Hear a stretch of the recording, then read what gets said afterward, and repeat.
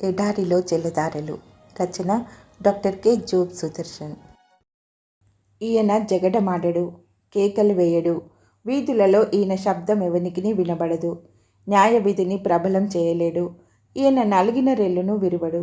మకమకలాడుచున్న అవిసెనారను ఆర్పడు.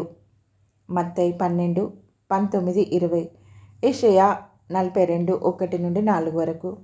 యేసు ప్రభు పరిచర్య గోలగోలగా అందరికీ వినిపించే పరిచర్య కాదు. నెమ్మదిగా, నిలకడగా, ప్రశాంతంగా, జనాల దృష్టిని ఆకర్షించే ప్రయత్నాలేమీ లేకుండా, ఎవరితోనూ కుమ్ములాటలు పెట్టుకోకుండా, గొప్పగా ప్రదర్శించుకోకుండా ఈ పనిని చేసుకుపోవడం ఆయన శైలి. కయ్యానికి కాళ్ళు దువ్వడానికి బదులుగా ఆయన తన శత్రువుల నుండి తప్పుకొని వెళ్ళిపోయాడు.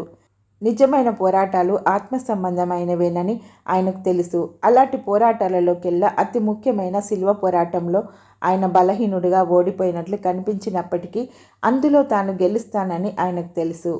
యెషయా నుండి ఎత్తి రాసిన ఈ ప్రవచనం మెస్సియా యొక్క సాధుగుణాన్ని సూచిస్తున్నదని సాధారణంగా భావించవచ్చు. ఎవరైనా నలిగిపోయిన మనిషి ఉంటే అతన్ని ఆయన పూర్తిగా విరగగొట్టడు అని భావం. అయితే ఇందులో విశేషార్థం వేరొకటి ఉంది. ప్రభు కృపా పరిచర్య కాలమంతటిలోనూ ఆయన తీర్పు తీర్చే పాత్రకు దూరంగానే ఉన్నాడు. తన శత్రువులను చితకగొట్టివేయాలన్నంత కోపం వచ్చేలా వారు తనను విసిగిస్తారని, తాను అలా చేయవలసి వస్తుందని ఊహించి ముందుగానే వారి నుండి తొలగిపోయాడు. లూకా 2:29-30. అసలే మానవ మాతృలు, రెల్లు వంటి వారు. దానికి తోడు అహంకారంతో, కపట వేషధారణతో మీదికి వచ్చి ఆయనను ప్రశ్నిస్తున్నారు. వారి నలిగిన రెల్లు వంటి వారు. మంట ఆరిపోయి సన్నని పొగ వస్తున్న జనపనార వత్తి లాంటి వాళ్ళు. వారిని నాశనం చేసే నిప్పు వారిలోనే ఉంది.